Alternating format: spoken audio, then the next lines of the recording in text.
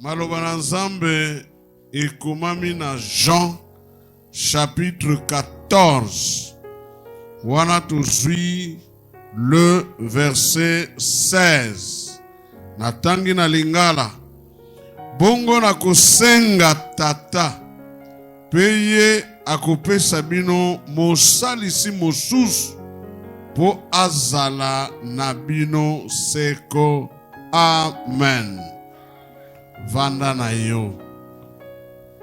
Alléluia. Est-ce que nous sommes là? Hein? Évidemment très fatigués. Lelo tozo banda séminaire na biso. Vous savez bien aimé. Vous savez bien aimé. Toza na tango ebele. Tolandaka ba séminaire na oesika. Chaque séminaire eza na vision na yango. En principe yo pe lokola. Tango yoki ke toza na séminaire. Bongama deja liboso na Nzambe. Omiloba Nzambe pona séminaire oyo. À part ko yoka matea na yo, posa na ngai salela ngai oyo. Tu parles avec ton Dieu. Binzambe nazana posa pona séminaire oyo. Et titango tozo yaka tozo zongaka. Titango tozo bondelaka. Yo ozo kotsape ya yo likambo. En présence de Dieu. Omoni Nzambe na bonzambe na ye. Soki a bengisi bato ebele, ne vous en faites pas. Akotika la kaka kopambola bato. Alléluia.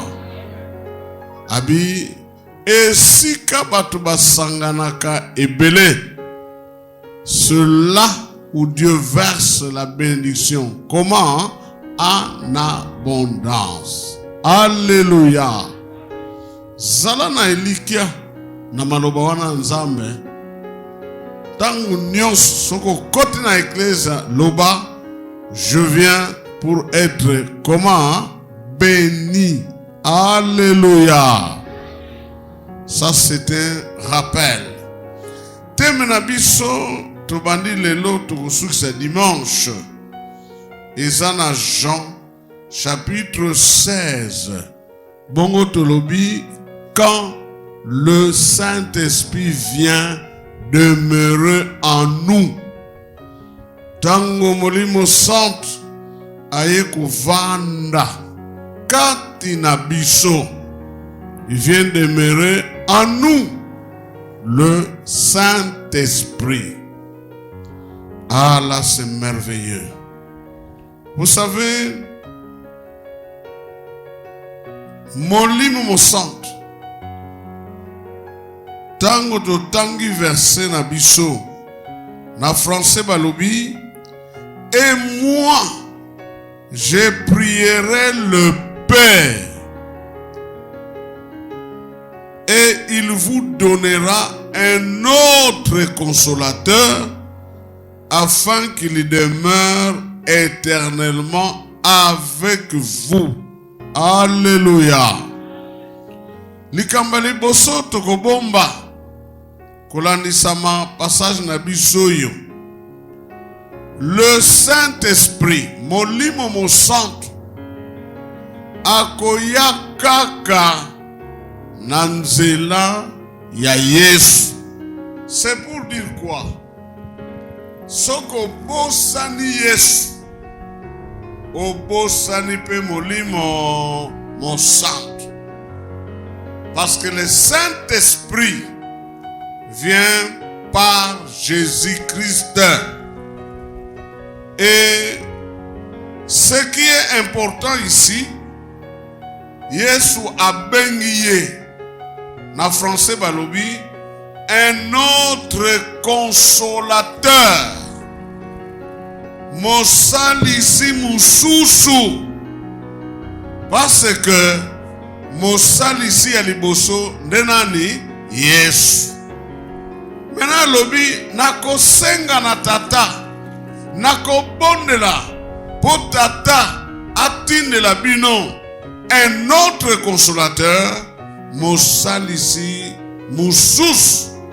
Vous savez na minoko ya kala tango balobi consolateur, c'est-à-dire mutu oyo babengi po azala pembeni na yo, appelé à votre côté. Mais mutu wana babengi ye po azala pembeni na yo, mingi po asunga yo. Alléluia. Signification ya liboso ya consolateur. Babengi ye azala pembeni na yo po asunga yo. Et dans la vie de l'homme, tozana posa ya lisungi mingi na makambo ebele. Tango zotambola, tango vandi na yo, tango lali, tango sala makambo, tango ba problème ye, tozalaka na posa ya lisungi. Ye wana babengi consolateur. Sans musus, consolateur qui plaide la cause de notre devant un juge. C'est pourquoi la Bible mususu balobi un autre avocat. Omoni tango zana problème na niveau à tribunal pour éviter les fautes par ignorance de la loi. Ba o bazana mwami solo akozwa avocat. Avocat wana bien aimé akolata likambo na yo ekomi lokola ya ye. Parfois yo kozala na yo te, mais avocat azawana. Et l'avocat prend ta place. L'avocat prend ta défense. Tango bazo tuna kaemi tuna. Yote mutozo pesa biyano, mais avocat. Et un peu ça, le sens y a consolateur. Il plaide la cause de notre devant un juge. Mususu balobi consolateur, c'est un intercesseur. Nous avons un intercesseur. Yete mutu azobela. Mais ezanande komususu azobela. Mais ye alati likambo na ye po amema yango liboso na Nzambe. C'est l'exemple que je donne. Wanande intercesseur. Azkolokota likambo ande ko moko boye. Et puis à côté na ba retraite, à côté na mabondeli ya ndenge na ndenge po amema likambo yango epa na Nzambe. C'est toujours ça le sens des consolateurs. Sans mususu bapesi eza mutu oyo azosunga yo, mutu oyo azosecourir yo, balobi un instant azo assister yo pona kosunga yo na likambo moko boye. Alléluia. Rien que na ba définition na pesi tokoki kozala déjà na une vision ya misala ya molimo santo na bomo ina biso. Pasa tolobi quand le Saint-Esprit vient demeurer en nous, c'est-à-dire akoya po akanga maboko te, mais akoya pona asunga biso na makambo ebele. Alléluia. Wana nde totalisi oyo Yesu yemoko abengi un autre consolateur. Alléluia. Je pense que na bavi na biso yo toza kaka na posa ya un autre consolateur, parce que makambo nyos o tokokutana na vie oyo d'une manière ou d'une autre tokokoka te. Il faut un autre consolateur. Mais consolateur wana bien aimé akoki koya te soki obosani nani? Yesu. Akoya kaka na nzela ya Yesu. Yango Biblia etalisi biso na Ephésiens chapitre 1er, le verset 13.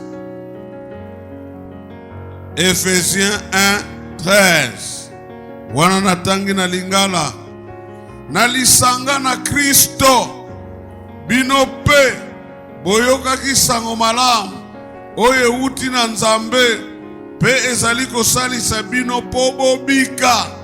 Nalisanga na ye bondimaki yango, bongo Nzambe atie bino elembo na ye, ezali molimo mosantu oyo alakaki. Alléluia.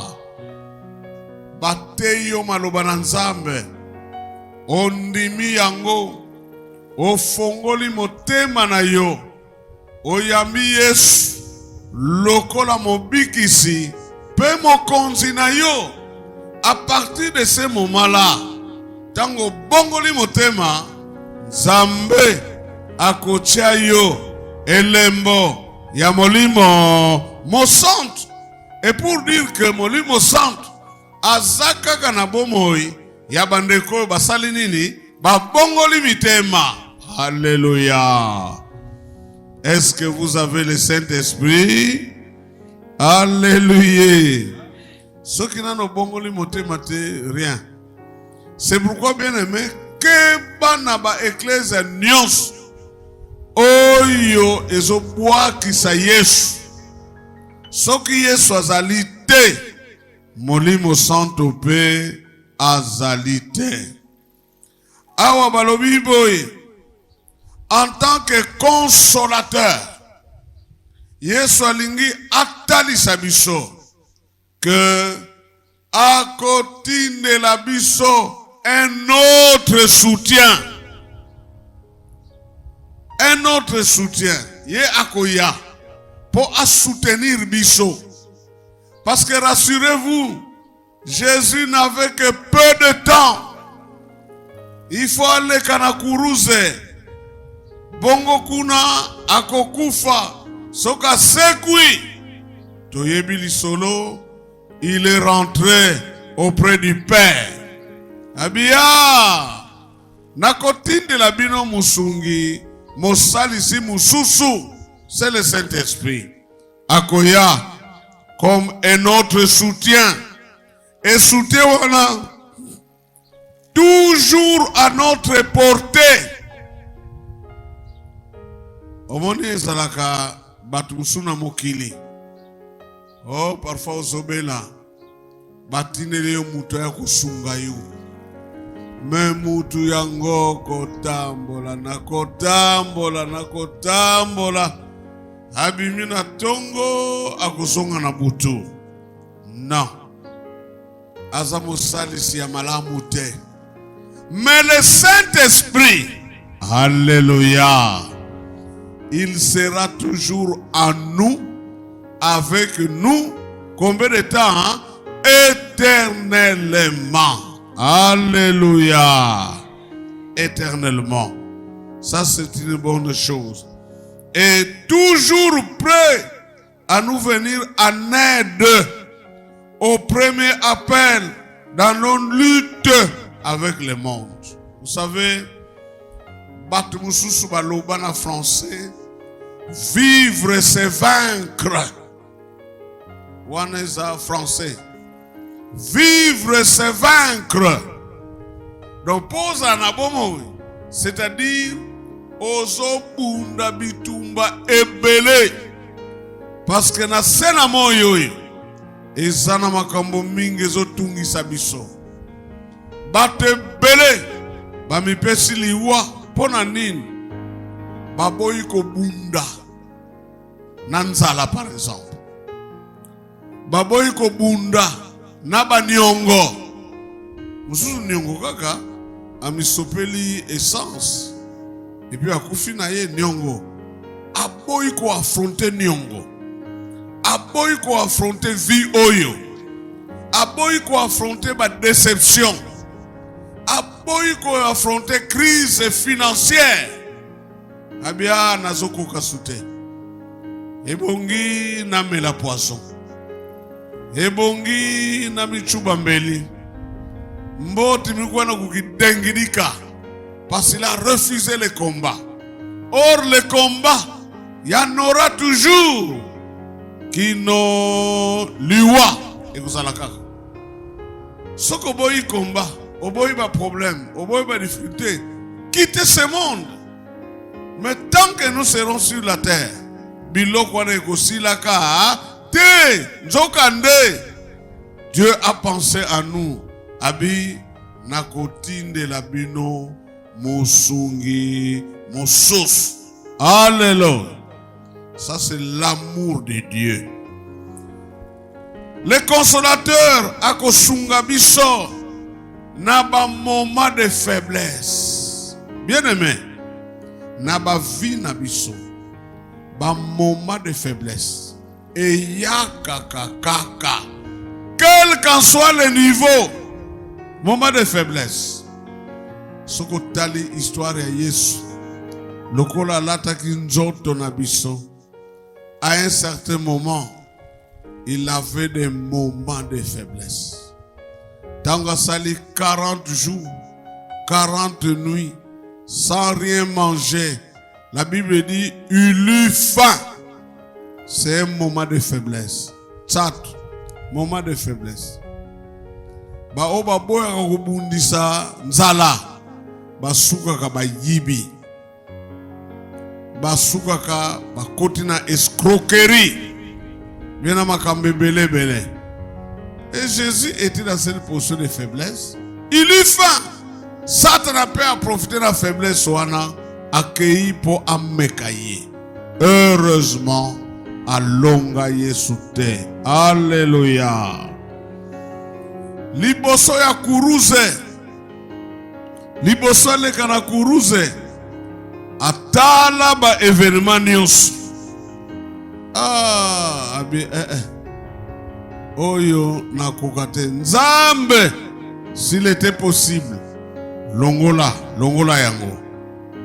Un moment de faiblesse. Et ce que tali na Biblia ba okomona Dieu a envoyé des anges. Pourquoi faire? Pour les fortifier. Alléluia. Moment de faiblesse. Bisobe lokola. Ba moment de faiblesse ekoki koya. Mais heureusement que Nzambe a pesa biso un autre consolateur. Mosala na ye ko soutenir biso.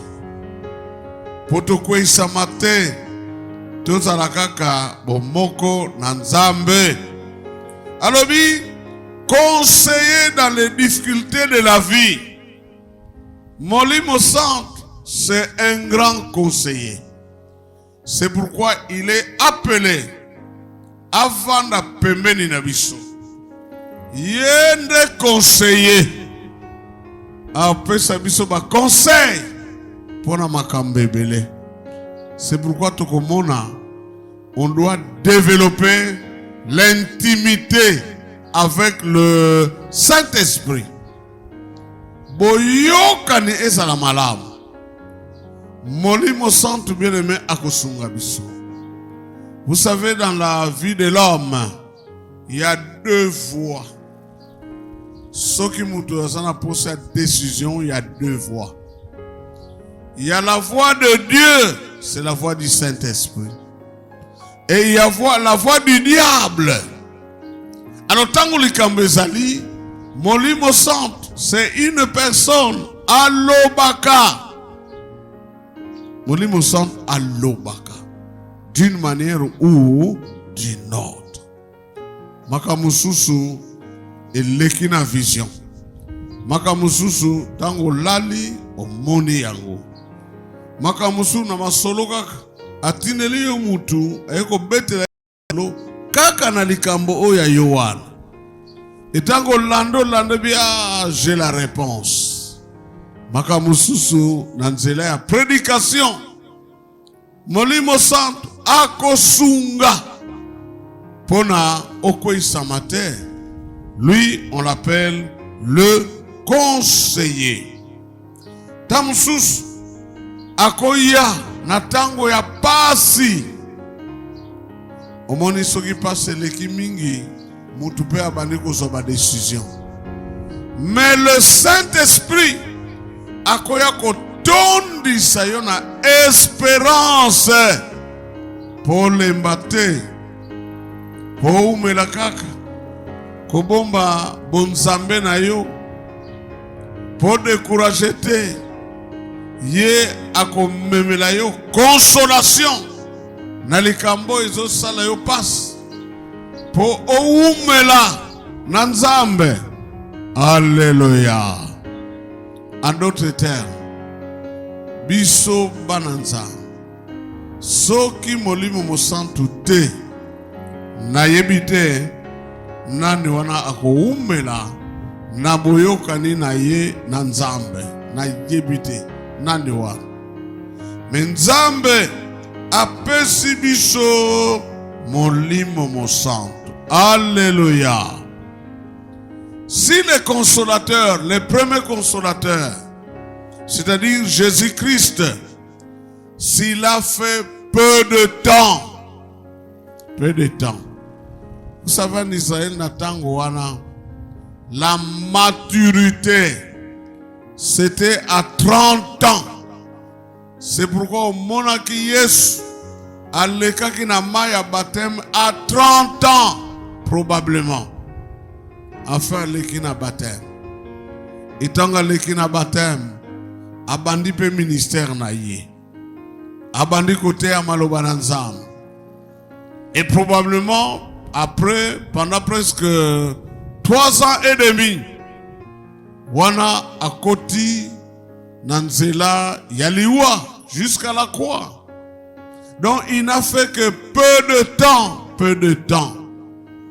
Et ce qu'otali Yesu, certainement, tanga sokota na Jérusalem, la Bible dit que amataki likolo ya punda, mais naturellement abana kotambula na makolo.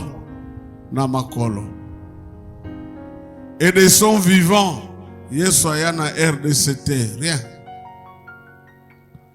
Atambola kaka na Palestine wa. Il n'est pas venu en RDC. Surtout pas en Angola. Matikala ka wana. Mais alobi sikoy ngai na kokende. Na kotine la bino un autre consolateur. Et ce consolateur-là, il va demeurer en vous. Combien de temps? Hein? Éternellement. Alléluia. Bon, et le Congo, parfois on ne réalise pas ça. Parfois tout le monde a neti. Mais nzokande Nzambe asala likambo moko ya mutuya pona yo pona nga. Donc en d'autres termes, en tant qu'enfant de Dieu, tozana lisungi en permanence. Alléluia. Mais en tant que bateau, okosuka usuki osuki ozayo moko na chambre mongongo esili yo moza na posa même mutu alali na yo wana oza na posa olamusa ye mais ozoko kozwa ye te mais alali na yo et fin de compte bato mosusu parfois okufi na yo parfois bapasi na yo ye grave parce que tu manques de secours. Mais nzokande Nzambe, il a pourvu à tous nos besoins. Nakotiaka pembe na biso un autre consolateur. Alléluia. Et Nzamba lobi, il va demeurer en vous. Combien de temps? Hein? Éternellement. Alléluia. C'est-à-dire quoi? Tangu oyambi Yesu na bomo ina yo comme sauveur et seigneur personnel. Tangu molimo santo akoti kati na yo akobimaka lisusu te. Alléluia. Alléluia. Ce sont des choses que nous devons comprendre. Pour te comprendre la grandeur et la bonté, l'amour de Dieu. Akobimate atikaliwa. Même soki obwakisi na yo Yesu, ozongi na mokili, le Saint-Esprit restera là. Alléluia. Mais la Bible dit, lokolo zongi na mokili, peut-être Molimo Santo akoti na mawa. C'est-à-dire, ameki ko ebisaye, ameki ko loba, ameki ko orienté, ameki ko so, ameki yoso boa kisaye. Alors, lokola mutu arme kota dala. Ame kumana kiat. Il ne dit plus rien avant de dire. Lokola moto. Ole pela amwinde ina medoka mote zongenga lisuste. Mais il est là. Mokolo yoka maloba na Nzambe abandiko influencer yo. Abandiko influencer yo. Abandiko sala musala na kati. Et c'est ça qui va t'amener à la repentance. Alléluia. En d'autres termes, la vision primaire ya Nzambe azana posa ya komona bana na ye bakweya libela na libela. Non. C'est pourquoi il a laissé le Saint-Esprit à nous. Quelle qu'en soit ta position, atikiwa. Et il finira par vous influencer pour ozonge la Nzambe. Sokotangi na Luc chapitre 15. Au bandi na verset 11. Kita kino na verset 31. Wana komona histoire ya mwana oyo abwakisa tata na ye asenga mbongo na ye pour aller dans un pays lointain. Omona mwana wana akoti na baviva ya ndenge na ndenge. Mwana wana asala nyonso alingaki kosala parce qu'azalaki na bosui. Mais la Bible dit qu'à un certain moment nyonso silaki et mwana wana a se retrouvé dans les besoins. Mwana wana bandiko se débrouiller. Akeiko luka mosala wakengela kabangulu posa na ye bilei bakopesa bangulu a profiter na yango. Malheureusement, il n'a pas été autorisé. Et mwana wana, la Bible dit, étant rentré en lui-même. Alléluia. Tout ça, c'est le travail du Saint-Esprit. Saint-Esprit. sais pas si vous avez déjà fait cette expérience.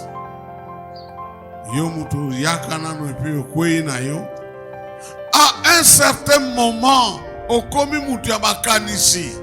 Abi mais pour ça na sana mo isa subiente. Tango na bandaki kokene na église, izalaki bongote. Tous ces raisonnements sont inspirés par le Saint-Esprit. Et moi na wana malgré maloba bimisa liboso ya tata na ye. Mais la Bible a dit, étant rentré en lui-même, a sali examen de conscience. Et puis après, a pris décision.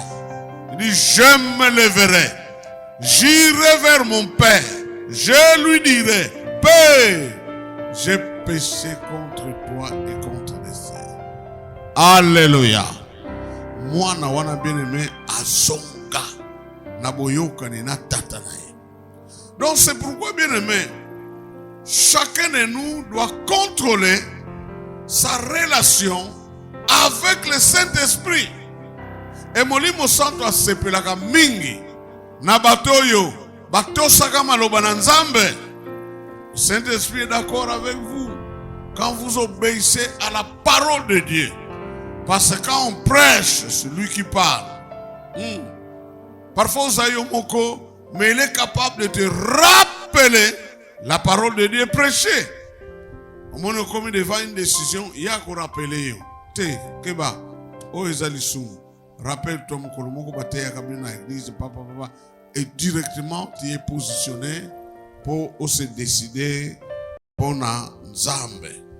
Donc, le Saint-Esprit est très important dans la vie d'un enfant de Dieu. Balobi, demeurer wana alingota de sanini. C'est-à-dire rester. Et wana bazui ndakisa ya esika. Prenons par exemple, balobi demeure dans l'église. C'est-à-dire tikala na église vanda. Qui tisa makolo na yo na kat na ecclesia. C'est rester en référence à l'endroit. Balobi s'attarder en référence à l'endroit. Donc telemi esika moboye bat bazoke na bango meyo tikali wana. En fait c'est ça demeurer. Et puis balobi continuer à être présent. Tant que balobi que molimo santo il va demeurer en nous. C'est-à-dire que ça l'était molimo santo aumela nakati na yo. Alléluia. Akoumela na ye, Pastor Robi, il va faire combien de temps? Hein? Éternellement. Mais koumela awa, molimo santo azala actif. Et molimo santo azala actif lorsque nous nous soumettons à la parole de Dieu. Lorsque nous obéissons à la parole de Dieu. Alléluia. Maintenant, la question que je peux me poser ou que tu peux te poser, première question, Totunaki. Est-ce que molimo santo azakati na yo? Pour sa réponse, omituna. Est-ce que oyamba yesu na bomu na yo? Lokola mobikisi pe mokonzi na yo. Soki aussi oyamba yesu. Ephésiens 1:13, Zalana Elikia, ete molimo santo azakati na yo. Alléluia. Malheureusement, bande comme sous, molimo santo azakati na ye, mais bazo collaborer te. Ndakisa mutumo boyi, aye kovana na ndako na bino. Sans que après aviser yo. Aye na ikaka yokuto yebite usisa kolamba koko ona ningai utali bobi mais c'est quoi finalement akoti nandako na yo opesie esika kolala abilobi to sala masolo osali masolo Qu'est-ce qui ne va pas? Abino na yenanga. Oh na yenanga. Bon, quelle est ta mission? Na yenanga ko vandawa. Parfois vous piquez une colère. Azananda ko boy ko talisa ye gentillesse. Ozotala ye butukaka. Olobisaka yete. Soki al bandite yo ko sa réponse te. Soka vandini akovanda pe bongo. Olobisa yete. Bozo collaborer te. Ozo sale la payete. Même ko kombo ndako, même ko lamba ko sokoro basani rien. Nyonso sala yo moko. Tu ne collabores pas avec l'étranger. Ebele baza boye. Molimo santu kati na bango. Mais il n'y a pas de collaboration. Nzokande yende aza suffisamment équipé pour na kosunga biso en tant que bana ya Nzambe. Alléluia. Donc beaucoup de gens rejettent l'isalis. Oye ute pa na Nzambe. Et le Saint-Esprit chôme. Tellement zana makamuna yo sala kana kicho kiwana molimo santo. Il ne participe pas dans ta vie. Il n'a rien à dire dans ta vie. Non, ces choses-là, nous devons éviter. Mais la question, est-ce que molimo santo katnayo, est-ce qu'il est actif ou bien akufa na ye? S'il est actif, gloire à Dieu. Mais ce akufa, okufa dans le sens qu'il ne fait rien. Wana bien-aimé, répands-toi. C'est par la repentance qu'on active le Saint-Esprit. Répands-toi. Pour molimo santo, azongela makambo naye. Alléluia. La Pentecôte, il faut totaliser les sous.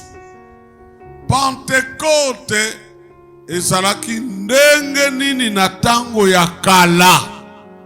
Tango ya kala.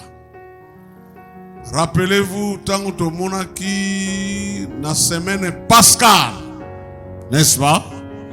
Tolobelaki la Pâque juive et la Pâque chrétienne. Alléluia. Vous vous rappelez, hein? Différence na kokoma entre Pâque juive na Pâque chrétienne. Ezalaki nini? Ezalaki nini? Pâque juive sans donc esouika na E, mais Pâque chrétienne avec S. Malgré que lobby la Pâque maintenant S. Alléluia.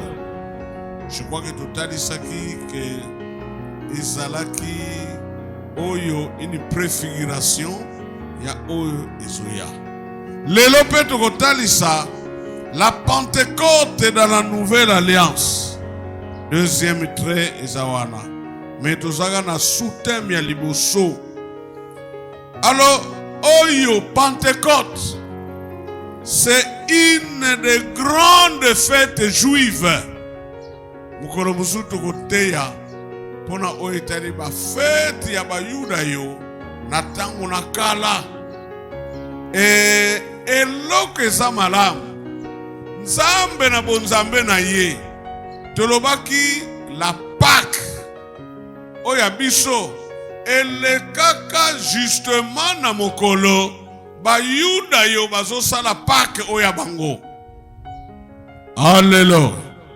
Et la Pentecôte chrétienne oyo elekaka mokolo bayuda pe basalaka fête na bango ya Pentecôte. Alléluia.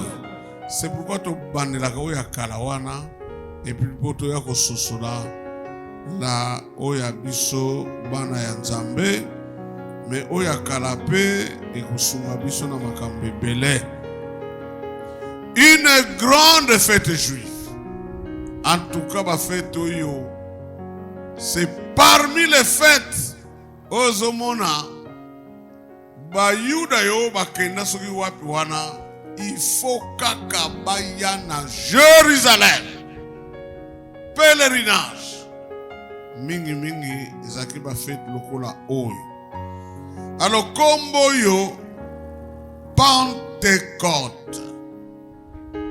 Ezui source nango na minoko ya kala ya Nouveau Testament.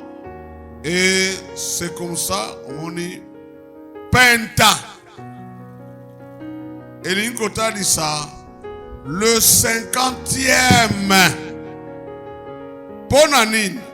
Parce que fête oyo babanda kosala yango 50 jours après la fête de Pâques. Après fête de Pâques, on comptait 7 semaines. 7 fois 7, 49. 50e jour. C'est la fête de la Pentecôte. Alléluia. Lévitique 23. Lévitique 23. 15 à 16.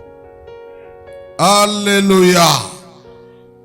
Balobiawa. Vous compterez 50 jours.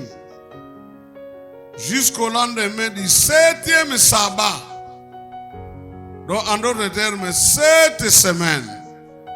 Et yango fête bazobenga Pentecôte. Balobi, depuis le lendemain du sabbat, du jour où vous apporterez la gerbe pour être agité de côté et d'autre. Donc, la fête wana bazomema biloko na bango ya zamba. Tango balobi gerbe, eza lokola mipiku. Ya biloko na bango na mipiku. Alo mokola fete yango bazo ningisango na kotoyo, bazo ningisa pe na kotoyo. Et fin de compte bapanzi yango. Et awa Bible lobi la fête de Pentecôte s'appelait d'abord la fête des semaines. Pourquoi balobi fête des semaines? Parce que zalaki fête et zalaki koya après 7 semaines de la Pâque. 7 semaines. Yango balobi kombo na yango la fête de semaine. Exode 34, le verset 22. Alléluia. Mingi mingi na tango wana fête ya Pentecôte ezalaki une fête agricole. C'est-à-dire batu tango baloni biloko na bango. Siko biloko wana eboti. Et selon le calendrier ndenge nzambe azolobela yango, ba buki biloko na bango wana et ba convoquer une assemblée solennelle. Alors mokolo wana nde bakosala fête ya Pentecôte.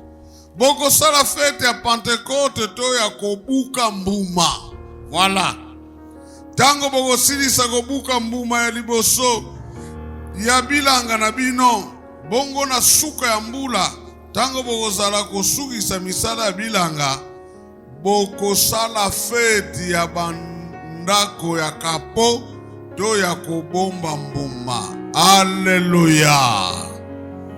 Donc c'était une grande réjouissance, nanzela ya production oyo bazui bamemi yango kuna. C'est pourquoi on moni na Actes des Apôtres chapitre 2. Alléluia. Jour ya Pentecôte chrétienne. Tango molimo santo akiti. Et finalement, ba disciple vaniko loba minoko ya sika. Beaucoup de choses comme ça. Batu bayaki. Tango batu bayaki la première vision. Balango nini? Masanga. Pona nini? Parce que dans la Pentecôte juive, c'était une grande célébration. Batbazo sepela nabo zui na bango. Certainement il y avait des gens bazo salape ba masanga, beaucoup de choses. Babia logo nous a fait lelo balango masanga. C'était un peu dans ce sens-là, mais ce n'était pas vrai. Donc, vous comprenez que Babengi Yango fête de semaine à cause de cette semaine. 7 fois 7, 49, Mokolone Elandi, fête et bandi, qu'il est séparé de la Pâque. Mais Babengi Yango peut la fête de la moisson. Ou encore la fête des prémices. Balobi Yango a.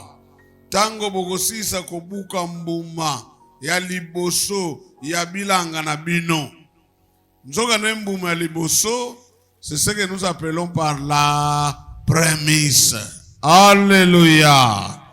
Donc fête de semaine, fête de la moisson ou fête de prémisse. Nombre 28, 26. Mokolo ya Pentecôte. Tango boko memela yawe mabonza ya biloko ya bilanga oyo bouti kolongola. Alléluia. Ça, ce sont les prémices. Boko memela yango na fête wana. C'est pourquoi on dit fête des prémices. Yalobi boko sangana pona kokumisa yawe pe boko tika misala na bino. Dans le jour de Pentecôte, Batu babandaki kosala misala mususu te. Donc c'était une journée fériée. Batu bakosala te. Okosala activité te. Oyo ekopesa yo mbongo par exemple. Donc c'était une journée fériée. Mais na lingala balobi boko sangana pona kokumisa Yahweh. Donc c'était une journée d'adoration, une journée de louange. Alléluia. C'est normal, non? Parce que batuba sali bilanga na bango et boti siko bakeko buka oya liboso wana. Batuba so sepela. Et les gens louaient Dieu, les gens adoraient Dieu. Alléluia. Donc la Pentecôte juive, c'était aussi un moment de réjouissance, mais ça là qui peut un moment d'adoration et de louange. Alléluia. Et ce n'est que normal. Ce qui n'attend nyonso, si nous avons fête de la Pentecôte chrétienne, jour de Pentecôte, ezamokolo molimo mosanto akita. Et tokomona, quand le Saint-Esprit vient, amemaka biloko ebele. Et mingi notre message va tourner autour de ça. Tant que lobby, quand le Saint-Esprit vient demeurer à nous, notre séminaire et kokende mingi kotalisa, qu'amène le Saint-Esprit, soka yekat nabiso. Alléluia. Beaucoup de choses qu'on ne peut pas voir dans une semaine. Pour en être au sa importance naïe. Donc vous comprenez que la Pentecôte juive na ebandeli na yango, c'était une fête agricole. Donc fête pour la batu ya bilanga. C'est seulement après que fête wana et yaki kokoma une fête chrétienne. Donc en d'autres termes, c'était un moment de louange et d'adoration, mais c'était aussi un moment d'action de grâce. Batubaye kopesa merci Nanzambe. Parce que asungi bango pona nyonso yo balonaki. Wanande ezalaki sens ya Pentecôte atango nakala. Journée d'adoration et de louange, journée d'action de grâce. Wanande to bombi pour la fête Pentecôte juive. Alléluia. Lobi tokokoba tokotalisa un peu une certaine vision. Il y a fête à Pentecôte chrétienne. Et déjà à partir de là, tokotalisa. Parce que je vous dis que le Saint-Esprit était descendu. Et c'est ce jour-là où l'église a commencé. Alléluia. Tokotalisa biloko nyonso wana. Molimo Santo amemaka nini. Le Saint-Esprit amène beaucoup de choses. Ndakisa le don du Saint-Esprit. Le Saint-Esprit amène beaucoup de choses. Ndakisa le fruit de l'Esprit. Et makamonio soana par la grâce de Dieu, tokomona yango tout au long de cette semaine. C'est pourquoi zala nabiso elongo po oyekola makambo wana. Que Dieu vous bénisse. Amen.